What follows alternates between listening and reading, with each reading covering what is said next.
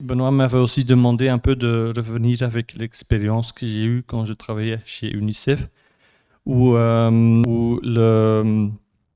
j'ai été demandé d'écrire un rapport sur quels sont les enjeux, quelles sont les stratégies pour les villes d'être plus résilientes du point de vue de santé.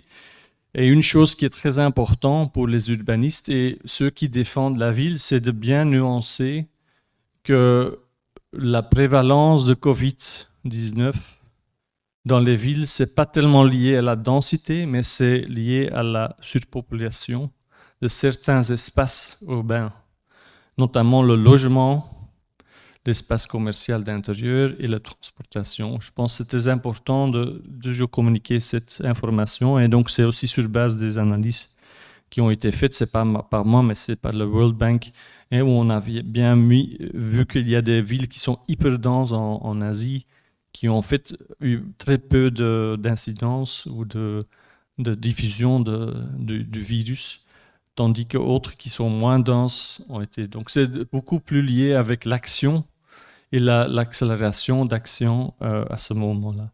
Autre chose qui est très important, c'est de voir que, et ça c'est à droite, ce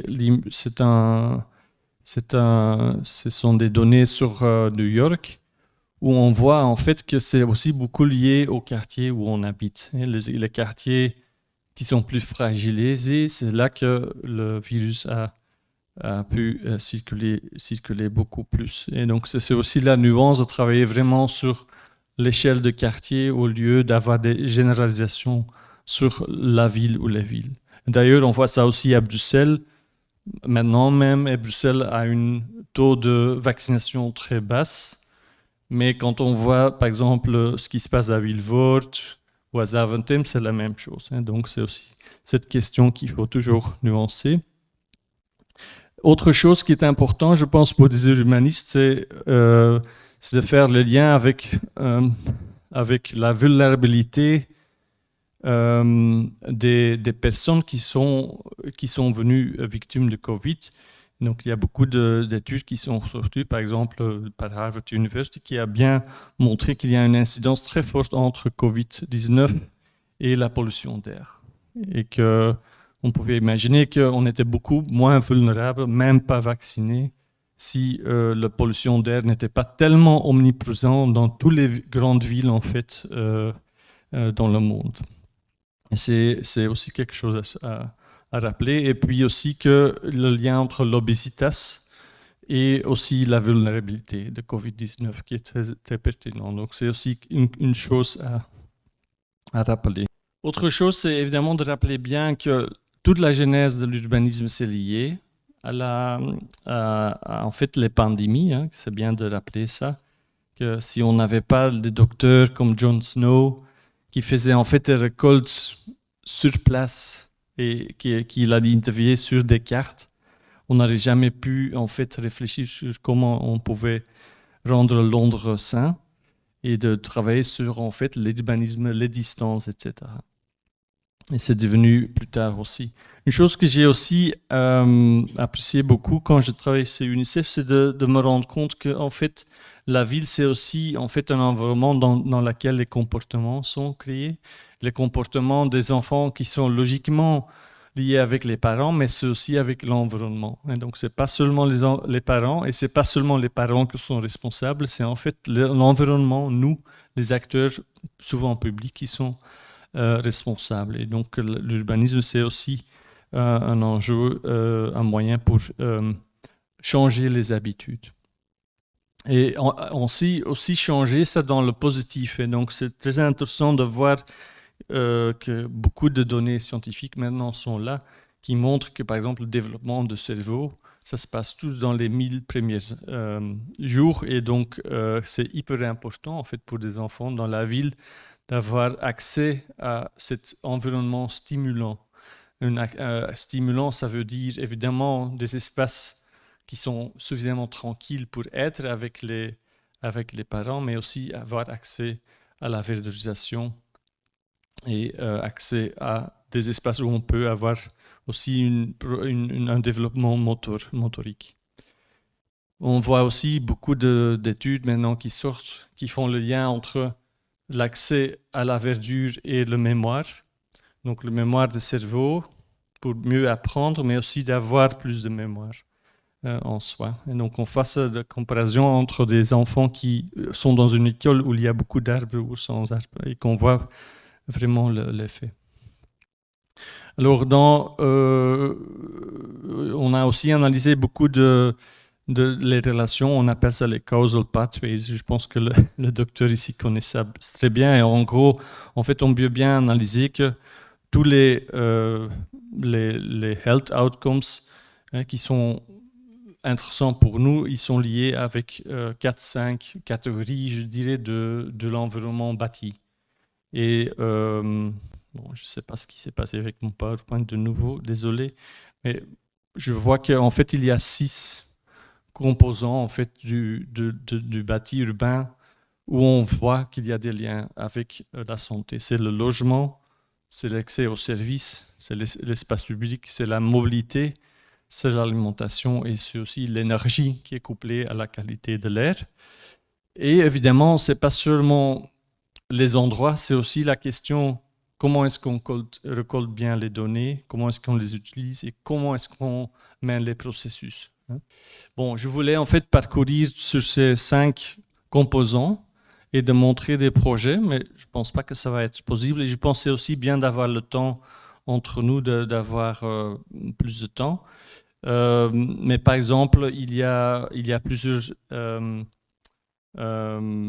villes qui sont investies à développer des guidelines, des lignes directrices, comment promouvoir l'activité ou la physique, l'activité physique dans des bâtiments de logement. Donc ça, c'est un guideline qui a été mené à New York et qui est très intéressant parce que ça travaille aussi avec beaucoup de logements sociaux. Donc ça montre aussi, par exemple, c'est le fichier là, que c'est seulement avec un investissement sur plus de 2% qu'on peut en fait créer des logements où on promouvoit maximalement l'activité physique. Donc c'est pas très cher, ce sont en fait vraiment des petites interventions qu'on peut faire.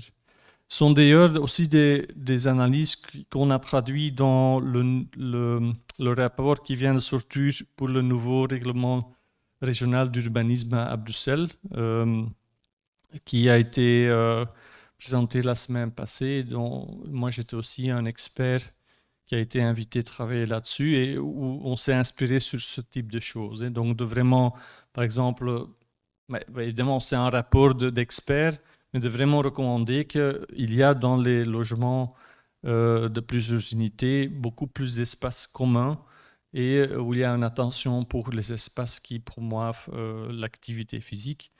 Et aussi avoir évidemment beaucoup plus de terrasses, par exemple, pour à la fois les unités privées, mais aussi pour la collectivité. Il y a une autre étude que nous, on est en train de faire sur l'espace vert-bleu pour la région flamande, où on va spécifiquement analyser en fait, c'est quoi un espace vert-bleu, parce qu'il n'y a pas vraiment une sorte de typologie claire là-dessus.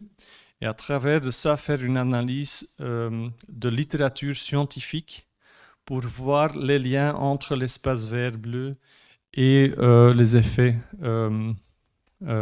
santé. Et de nouveau, santé, c'est physique, mental, cognitif et social. Ça a été fait avec une agence très intéressante, Nature Based Solutions Institute. C'est en fait un Hollandais qui est basé à Danemark et qui a fait un rapport vraiment très intéressant où on récolte en fait toutes les données. Et sur base de ces données, on est en train maintenant de diriger des lignes directrices pour la gestion, la planification et le dessin des espaces verts dans les villes. Et donc le but de cette guide qui va sortir en janvier 2022, c'est de en fait soutenir les pouvoirs locaux en Flandre et aussi en fait les antennes locales de santé de travailler ensemble sur un réseau d'espaces verts qui est axé sur la santé. Parce qu'on voit aussi que dans le développement des espaces verts qui est maintenant en cours, qui est très axé sur l'adaptation climatique, évidemment, il y a un danger qu'on va aussi oublier la valeur de santé que les espaces verts peuvent donner. Donc, ça, c'est aussi une méthode, je pense, très intéressante à développer pour les autorités locales qui ont beaucoup d'espaces verts ou qui ont aussi beaucoup d'espaces gris qui ne sont pas encore verts, mais qui ont le potentiel énorme de devenir verts et donc d'apporter à une santé.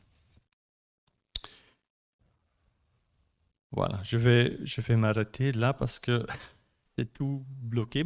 Mais j'imagine qu'on va partager aussi le PowerPoint. Euh, je pense, une chose que je voulais encore dire, que nous, dans le bureau, on a aussi développé des rapports Urban Insight cette année qui sont axés sur la santé et dans laquelle, en fait, on récolte des études de nous, mais aussi des études d'autres bureaux d'études ou de villes qui travaillent sur comment est-ce qu'on peut améliorer la santé dans les villes ou dans les bâtiments ou dans les espaces publics. Et vous pouvez les trouver sur notre site web.